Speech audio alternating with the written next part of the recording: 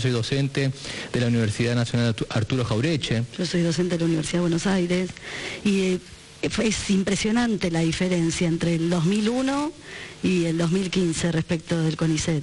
La cantidad de científicos que había en ese momento en el organismo al que nosotros pertenecemos era muy poquita. Yo traje algunos datos muy interesantes.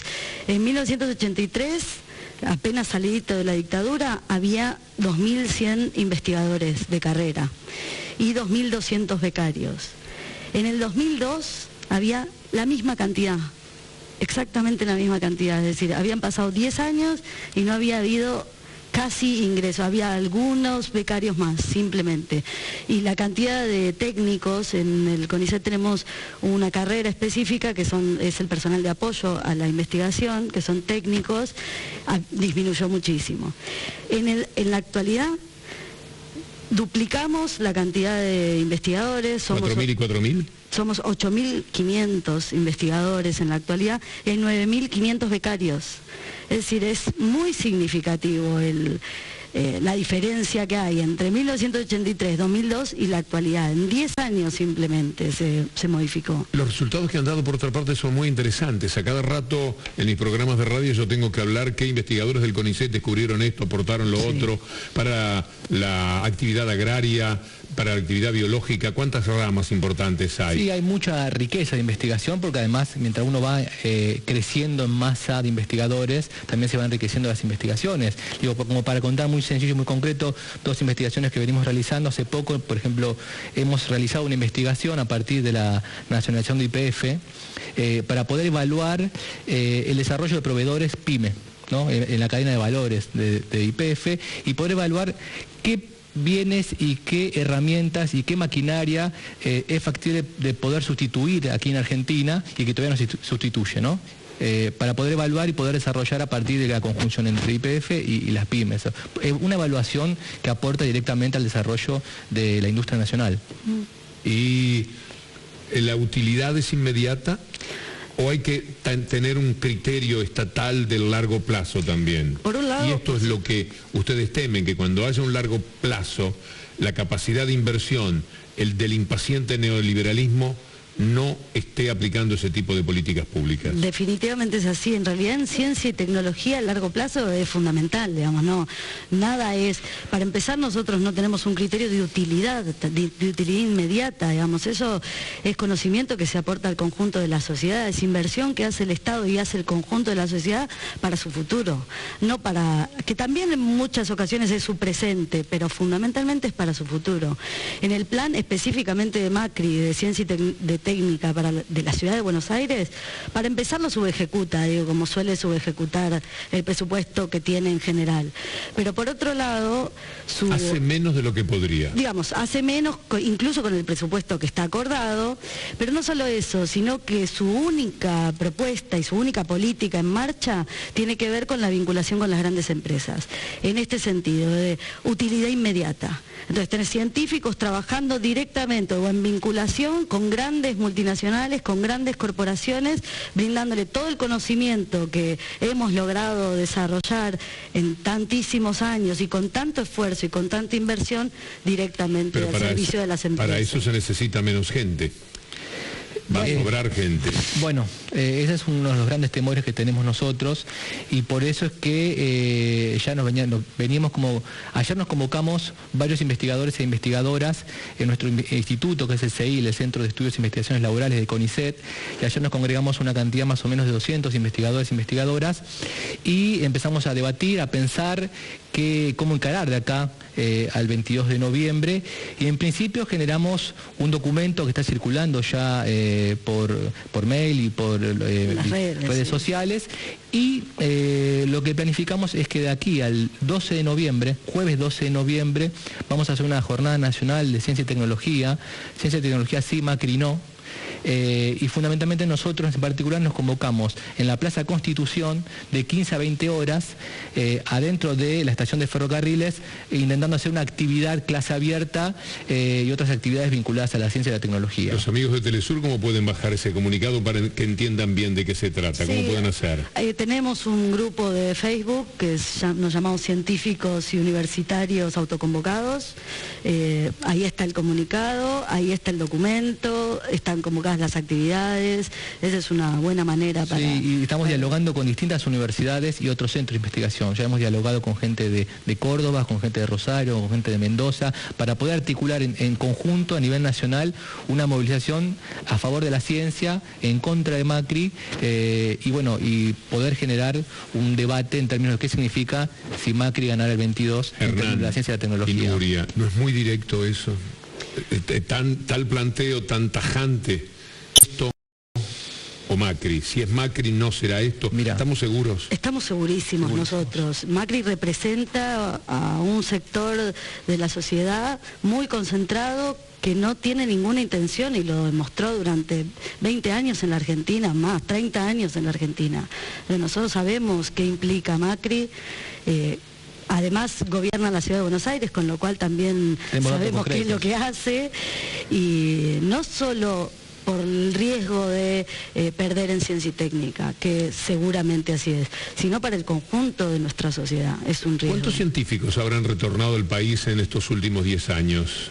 1100 más o menos, 1105. Yo me acuerdo cuando llegó el científico número 1000, que retornaba, que fue de alguna manera una fiesta. Es decir, hay que imaginar un capital argentino, una educación argentina, en personas que no tuvieron más remedio que partir, irse a otro sitio, Estados Unidos, Europa, los había por todos lados, y de pronto encontraron una motivación para volver.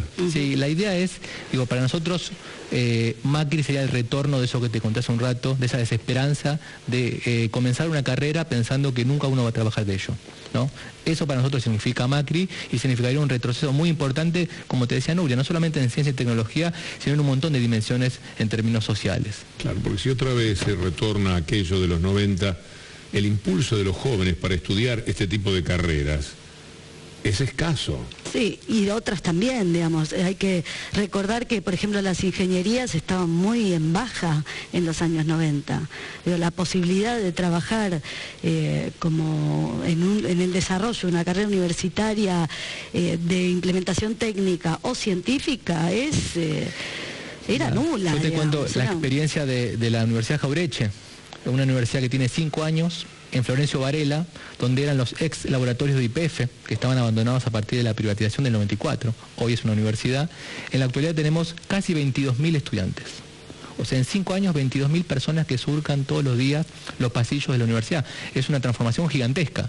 Y uno escucha cuál es la mirada que tiene el PRO respecto a las nuevas universidades, y corre una desazón importante, ¿no? Sí, tienen la sensación de que hay demasiadas universidades, demasiada gente que va a estudiar gratis. Es un gasto. Por otro lado, acabamos de lograr la gratuidad en la educación superior. Es un avance. Bueno, ese es un dato, sí, negativo del PRO, porque votó en contra. Sí, exactamente. Eso es mostrar la hilacha, como decimos aquí, desde el punto de vista político. Porque oponerse a la gratuidad de la enseñanza es un tema muy fuerte, es muy neoliberal. Igual yo creo que me parece que coincidimos que en términos sociales, como sociedad, tenemos distintas herramientas y muchas herramientas para poder enfrentar la vuelta al neoliberalismo, ¿no? Hemos adquirido alguna experiencia, sabemos lo que significó el neoliberalismo, lo hemos vivido en carne propia, lo hemos sufrido, algunos han ido, algunos otros decidimos quedarnos y batallar aquí, y por eso creo que tenemos algunas herramientas para poder... ¿Te referís a herramientas antes del 22 de noviembre o posteriormente? Yo creo que antes y posterior. Sí. El encuentro de ayer de 200 investigadores no es poca cosa. No es poca cosa. Y el debate, hoy estuve, por ejemplo, en la Facultad de Filosofía y Letras, otra asamblea muy importante, debatiendo que se hace de acá al 22. Y hay una cierta, unanimidad es imposible en la vida, pero hay un porcentaje muy alto de científicos que piensan dentro de ese comunicado, lo firmó mucha gente. Ayer la convocatoria fue muy buena. Eso no significa que adentro del CONICET todos sean rosas, digamos. Hay un porcentaje importante de compañeros nuestros que no la ven de la misma manera. Eso, por ¿Y por qué pesa tanto lo ideológico? Ustedes que también sabrán de las ciencias sociales. ¿Cuál es el comportamiento? ¿Cómo es el funcionamiento de las personas que, teniendo la experiencia, sabiendo lo que pasó, lo que inexorablemente tendría que ocurrir, ven con buenos ojos el retorno del neoliberalismo? Yo creo que hay no sé si está claro que se ve con buenos ojos el retorno del neoliberalismo. Yo creo que está un poco invisibilizado eso, ¿no? Yo creo que, me parece, pensando un poco, que se instaló la agenda del cambio. Hay una agenda que se instaló y han logrado instalar desde el PRO de la idea del cambio, ¿no?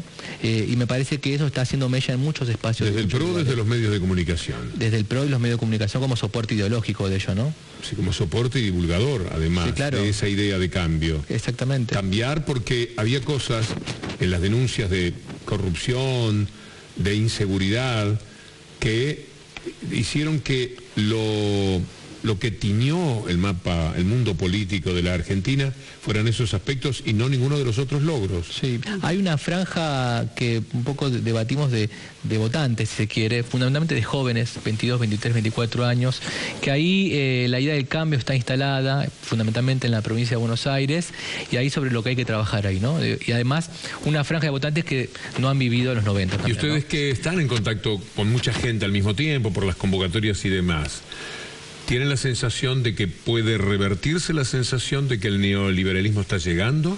¿Hay elementos que les permitan ser optimistas?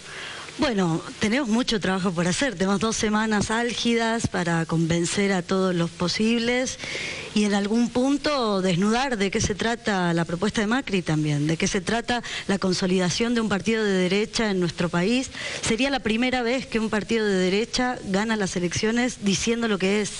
Es muy complicada la situación, digamos. En nuestro país hubo muchos momentos históricos donde las derechas tuvieron el gobierno con las armas. Pero fueron a través de golpes de Estado. Cuando Menem ganó las elecciones en el 89 tuvo que decir que iba a ser la revolución productiva. Es otro panorama, digamos. Se consolidaría un partido de derecha conservador, explícito, y me parece que eso hay que estar muy atento, no es una coyuntura sencilla. ¿Y lo de ustedes es ideología, de acuerdo a lo que decís, o una idea cabal de cómo serían las cosas? Se entiende, ¿verdad? Sí. No, nosotros ambas dos, exactamente, pero también hay datos duros de cómo la Ciudad de Buenos Aires ha manejado, por ejemplo, la ciencia y la tecnología. Eso es algo que directamente explicita lo que podría llegar a pasar si Macri accediera el 22 a la presidencia en términos a nivel nacional. Y los cuadros más importantes, el presidente del CONICET es designado por la presidenta. No, el presidente, el CONICET tiene un directorio que es votado solo por los investigadores, por un... No hay participación del Poder Ejecutivo. Sí, hay participación del Poder Ejecutivo y hay participación, es complicado porque hay participación de la UIA y hay participación de las entidades de la sociedad rural. Que finalmente se beneficiarían con el aporte que se haga para que la ciencia no decaiga. El CONICET todavía tiene mucho que ser transformado, digamos. Tiene un directorio cuyo estatuto es de la dictadura de Onganía. Una cuestión científica que pueden investigar ustedes después del 22 de noviembre si ganase el neoliberalismo, y es como esto pudo ser posible. Porque es algo conocido, es algo que se ha visto y que además sus repercusiones en el mundo son evidentes. Las consecuencias europeas tienen que ver con todo esto. Cuando decimos neoliberalismo estamos hablando del Fondo Monetario Internacional, del poder económico internacional, de esos buitres horribles que sobrevuelan sobre los países tratando de todo y que tienen tantos cómplices adentro de cada uno de los países. Sí, pero nos va a encontrar resistiendo y luchando y no le va a ser fácil. Y también explicando, ustedes que son científicos, por favor, si después del 22 de noviembre ocurriese eso, por favor me cuentan cómo pudo ser posible. Han sido muy amables. Bueno, muchísimas gracias. Nuria Hiniger. Mujer y Hernán Palermo. Son antropólogos, son del CONICET y tienen estas angustias de cara al próximo 22 de noviembre. La entrevista decide un poco más de la opinión que usted puede tener de qué es lo que está en juego en la República Argentina en estas elecciones. Los invitamos para nuestro próximo encuentro mañana, si Dios quiere. Hasta entonces y buenas noches.